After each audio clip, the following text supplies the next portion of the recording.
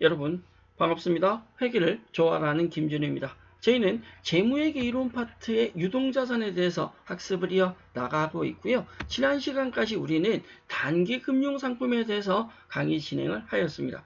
이번 시간 저희는 단기금융상품 관련된 연습 문제 몇 문제를 가지고 단기금융상품에 대한 내용을 마무리 지어보고자 합니다. 기본적인 단기금융상품에 대한 개념과 단기매매증권, 유가증권의 분류에 대해서 관련된 출제 유형 문제 지금부터 만나보도록 하죠. 문제 1번입니다.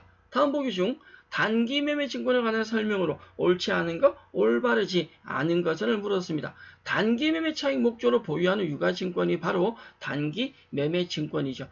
덧붙인다면 단기매매 차익 목적이면서 시장성이 있어야 된다라고 이야기를 할 수 있고요. 2번 단기매매증권은 투자자산으로 분류된다. 아니죠. 단기매매증권은 당좌자산으로 분류되고요.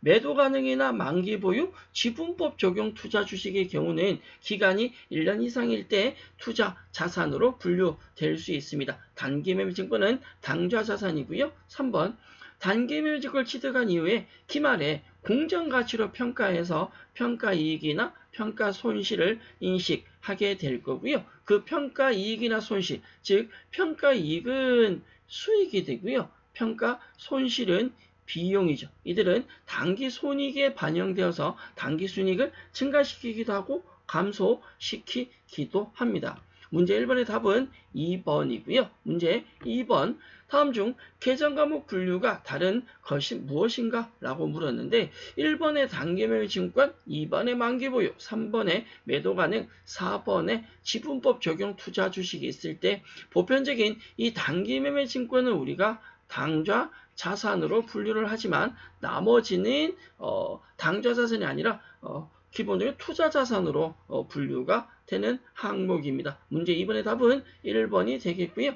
문제 3번 기업 기준상 단기 시세 차익 목적으로 단기 취득 목적이 시장성이 있다. 우리가 기본적으로 유가증권에 해당하는 주식이나 사채나 공채를 시장성 있는 이 유가증권을 단기 시세 차익 목적으로 취득하면 단기 매매증권으로 분류가 되죠. 문제 답은 3번이 되겠고요. 특히 유가증권 중에서 만기보유 증권은 유가증권 중에서 주식은 해당되지 않고 만기보유는 사채와 공채만 해당된다라고 했습니다. 주식은 만기보유의 개념이 없다라고 설명드렸고요. 문제 4번으로 넘어가 보겠습니다.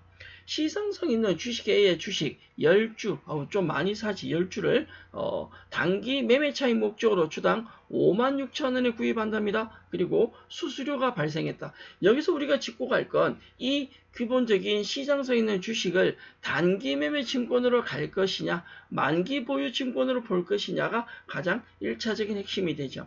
시장성 있는 걸 단기 매매 차익 목적이니까 기본적으로 우리는 계정 과목을 단기 매매 증권으로 잡으셔야 되고요. 이 경우에 발생하는 수수료는 원가에 가산하지 않고 별도의 수수료 비용으로 처리를 하셔야죠.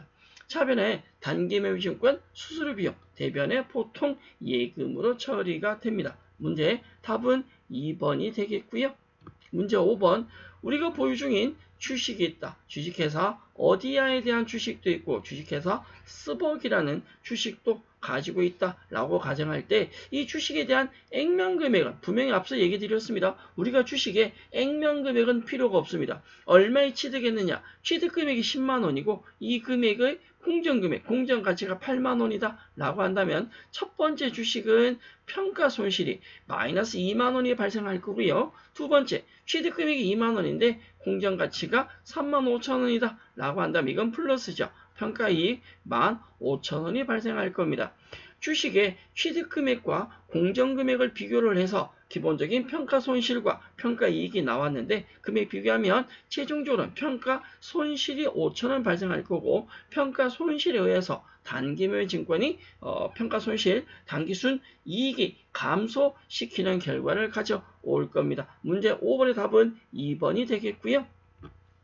문제 6번 다음에 유가증권 거래로 인해서 단기 손익에 미치는 영향을 물었는데 엑셀년 3월 달에 단기 시세 차익 목적으로 단기 매매 증권입니다. 주식을 1000주 주당 10,000원에 취득 했다랍니다. 액면 금액은 필요 없고요. 천주 주식을 10,000원에 샀다 그러면 취득 시 분기부터 단기매 증권이 1,000,000원으로 처리가 되겠죠. 그리고 6월 30일 이 주식의 300주를 주당 9,000원에 처분하면 10,000원에 취득한 주식을 9,000원에 처분하면 처분 손실이 나올 건데 주당 1,000원이죠.